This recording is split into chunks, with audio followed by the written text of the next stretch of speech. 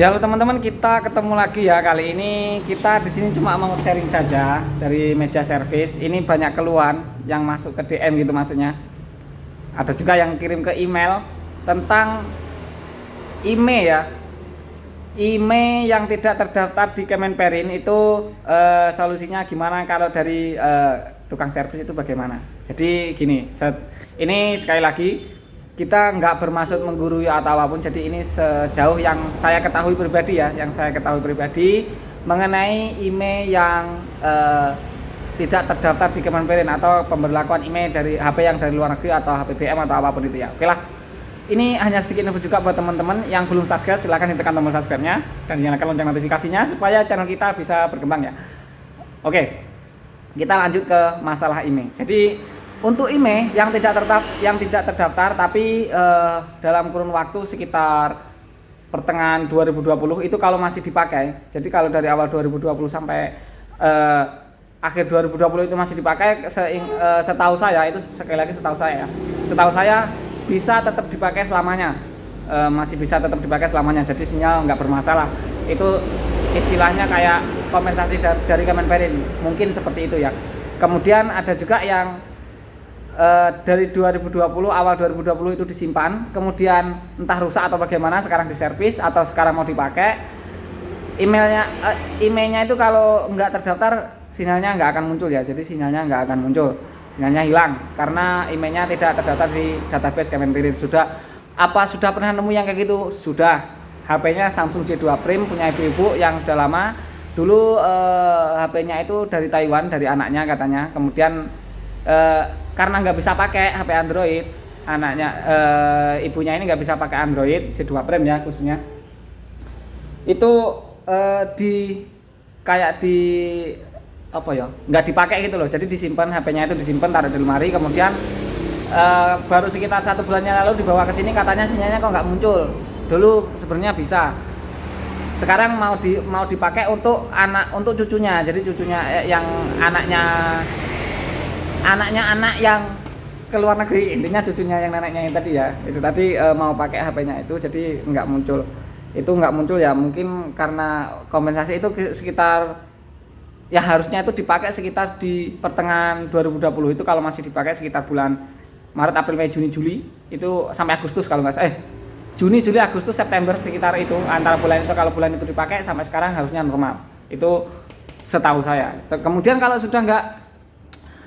kalau sudah nggak mau keluar sinyalnya itu, apa ada solusi? Ya tetap ada. Jadi kalau untuk teman-teman yang dari luar negeri, khususnya yang dari luar negeri itu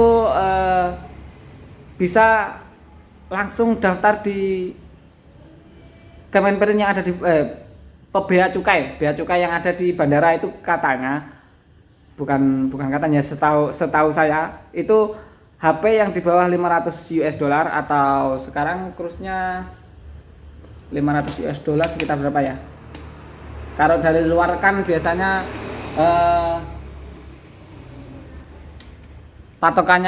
harga patokannya itu pakai dolar ya. Ini kalau 500 berarti kalau dirupiahkan sekitar 7 juta ya, 7.149.000 atau 7.500.000 lah, atau 7.200.000 ke bawah itu nggak kena cukai, jadi nggak harus bayar. Kalau lebih dari itu baru harus bayar. Bayarnya pun kayak ada kriterianya 10% PPN, ada totalnya sekitar 30 atau sampai 50%, saya kurang paham juga. Itu ngitungnya gini, misalnya HP-nya harganya 600 dolar ya. Jadi harganya itu 600 dolar atau sekitar 600 berarti sekitar 8.500.000 ya. Itu kalau HP-nya harga 600 dolar, itu yang kena cukai yang 100 dolar. Jadi yang 500 nggak kena. Jadi dipotong 500 tadi ya, karena yang HP 500 ke bawah itu nggak kena cukai. Itu untuk Kemenperin.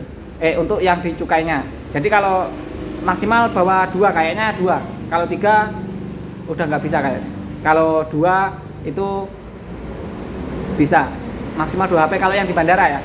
Kemudian kalau sudah terlanjur pulang dan sinyalnya hilang, itu gimana? Tetap bisa diregistrasikan manual ke kemenperin.go.id ya, diregistrasikan, tapi di situ membutuhkan kayak nomor penerbangan, kemudian intinya yang berkaitan dengan tiket-tiket ada forumnya, pokoknya nanti formnya ya, kayak ada kolom-kolomnya itu silakan di ini. Kemudian kalau nggak bisa atau kita belinya online atau bagaimana dan nggak keluar sinyal, itu solusinya bagaimana? Karena kita nggak ada tiket ya, tiket nggak ada, tiket dari luar negeri itu nggak ada, penerbangan dari luar negeri nggak ada, jadi kita mau nggak mau ya gimana? Itu ada yang satu pakai joki atau remove via server ya, itu saya tidak menyarankan di remove pakai itu. Jadi untuk itu, untuk unlock via server itu kalau satu emailnya 205.000 kurang lebih sekitar itu ya, harusnya sekitar 200 ribuan, paling mahal 300 itu paling mahal. Soalnya kalau dari sananya itu cuma sekitar 100 sekian ya, jadi kita hanya bisa patokannya itu biasanya kalau saya lempar ke tukang servis yang lain itu saya ngambilnya mintanya 205.000 untuk satu email. Kalau yang untuk email double atau 2 SIM card itu 440.000. Itu kalau untuk yang 2 SIM card. Itu semua ponsel, semua tipe. Jadi arah-arahnya segitu ya. Tapi untuk ketahanannya atau gini ya, kekuatannya itu nggak permanen, dia nggak permanen kalau server ini. Sekali lagi ini nggak perlu teman-teman cari di Shopee pun mungkin ada ya, kita coba cek di Shopee, kita coba cari pakai HP yang satunya aja. Nah, kita coba pakai Shopee.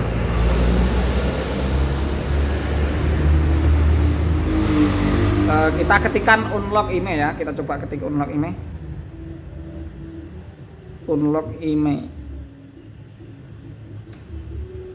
Rata-rata kisaran 200.000 ya, 199.000. Pokoknya sekitar itulah. Kalau di Shopee sekitar itu. 200 ribuan. Tapi nggak permanen ya. Itu nggak permanen. Itu saya sendiri juga main kayak gituan ya. Itu nggak permanen, itu sifatnya gini. Itu sifatnya emailnya didaftarkan sebagai turis. Jadi kemungkinan paling lama 3 bulan, Yang paling sering 51 hari sampai 60 hari. Paling lama 3 bulan ya. Itu paling lama 3 bulan. Pasti sudah muncul lagi, sudah hilang lagi sinyalnya. Jadi otomatis itu intinya HP itu dikenali sebagai turis. Jadi kalau mau teman-teman, kalau mau dipakai sendiri jangan di unlock pakai server. Jadi jangan di unlock pakai server, nggak bisa permanen. Kemudian kalau mau dijual lagi itu beda lagi. Tapi ya itu tergantung teman-teman lah. Kalau kasihan sama atau merasa bersalah atau bagaimana atau nggak mau curang, itu sebaiknya jangan itu, atau ngomong langsung ke orangnya juga nggak apa-apa ya. Tapi saya tidak merekomendasikan untuk yang server ini, karena yang server ini juga cuma sebatas kayak ya itu didaftarkan sebagai turis, jadi maksimal sampai 3 bulan. Kemudian yang permanen ada nggak? Kita ada yang permanen. Tapi kalau untuk yang permanen di MediaTek ya, di chipset MediaTek itu kita pakai UV. Kalau untuk teman-teman pemain atau sesama teknisi itu pasti tahu UV box. Kita pakai UV box ini untuk yang MediaTek, semua MediaTek itu minimal kita harus punya modal 1 kredit. Jadi di setiap UV box itu ada kreditnya ya. Jadi kita di sini punya kredit, minimal punya 1 kredit. Itu pun nggak hilang kok kreditnya, cuma itu sebagai bukti kalau kita sudah pernah top up di Shopee. Kita sudah pernah top up di UV. Jadi intinya nanti di red yang merah-merah ini bahasa pemain UV lah, bisa dibilang begitu ya. Di red yang merah-merah, kemudian dihapus yang NV data sama NV RAM-nya, otomatis nongol. Apakah itu permanen? Permanen, itu lama. Kalau diupdate gitu lagi nggak ada yang sejauh ini user nggak ada yang balik dengan yang itu ya. Saya nggak tahu apakah usernya semuanya nggak update. Kita juga sering buka yang kayak gitu ya. Jadi kalau update muncul lagi, hilang lagi sinyalnya atau enggak, kita kurang tahu. Yang jelas di read yang merah-merah, intinya ya, di read yang merah-merah, kemudian di erase yang NV data sama NV RAM-nya. Saya sudah sering pakai di Reno 2F ya, Reno 2F. Ya pokoknya yang MediaTek itu. Reno 2F atau Reno 2 ya, pokoknya yang MediaTek. Kemudian kalau yang Qualcomm bagaimana? Ini bukan semua Qualcomm ya. Sejauh ini Qualcomm belum bisa. Apalagi Samsung gitu ya. Belum bisa. Tapi sebenarnya bisa. Tapi itu rahasia dapur. Kita ke user pun kita nggak praktekin ya yang itu ya. Karena nggak tahu sih. Itu bisa dibilang kayak nakal atau gimana ya. Pokoknya gini, saya kasih clue-nya saja, itu bisa permanen, bebas update bebas nggak ya? Update harusnya bebas sih, bebas update harusnya sih. Itu juga kita membutuhkan UV box. Sekali lagi kita tetap butuh UV box atau Z3X ya untuk Samsung. Kalau Samsung bisa pakai Z3X box atau UV box atau pakai isi cetak harusnya bisa sih. Saya kurang tahu masalah isi cetak, tapi di sini kita pakai UV ya. Untuk yang Qualcomm, saya cuma mau kasih clue-nya saja. Nggak cuma Qualcomm tapi di semua ponsel ya, di semua ponsel itu bisa pakai UV box. Tapi saya sendiri nggak nerapin itu ke user ya. Itu cuma kita pakai, misalnya nih ada HP orang dari luar negeri, kemudian nggak bisa dipakai, kemudian mau dijual tapi murah karena nggak keluar sinyal. Nah itu saya pernah eksekusi sekali cuma untuk saya pribadi ya. Itu kalau ke user kita untuk yang Qualcomm nggak kita terima dulu. Saya kasih clue-nya. Intinya diganti identitasnya. Seharusnya kalau untuk teman-teman yang teknisi sudah tahu lah yang kita maksud ya. Diganti identitasnya. Itu sinyal keluar dan normal, semuanya normal. Jadi ya itulah sedikit pembahasan tentang IMEI ya. Sekali lagi IMEI yang diblokir Kemenperin itu sekali lagi sebenarnya cukup merepotkan, bukan cukup ya, sangat merepotkan, apalagi pelaku usaha teknisi seperti ini ya. Belum lagi kita yang HP mati itu datang HP mati kemudian rusaknya MMC. Nah biasanya MMC itu kalau yang dilem atau yang apa itu kadang ada yang nggak bisa di-read lagi, jadi IMEI-nya otomatis hilang. Nah kita agak kesusahan, jadi kita ganti MMC itu saja udah susah loh. Sekarang sudah ditambah dipersulit lagi dengan masalah IMEI ini ya. Jadi ya saya sih di bidang perteknisian perservisan ya, entah bisa dibilang teknisi apa enggak. Yang jelas di dunia servis ini kita lumayan kerepotan masalah IMEI ini ya, masalah IMEI dari Kemenperin. Tapi untuk yang pemain MMC, kalau IMEI-nya bisa 0, angka 0 itu sinyalnya keluar normal, itu bonus. Bahkan saya sering 0 itu normal kok. Telepon bisa, data juga lancar, pokoknya aman. Oke lah, jadi itulah sedikit pembahasan tentang IMEI ya. Jadi kalau ada teman-teman yang mau tanya-tanya silahkan tanya di kolom komentar. Jadi cukup sekian dulu video kali ini. Semoga videonya bermanfaat ya untuk teman-teman yang masih penasaran tentang masalah IMEI ini.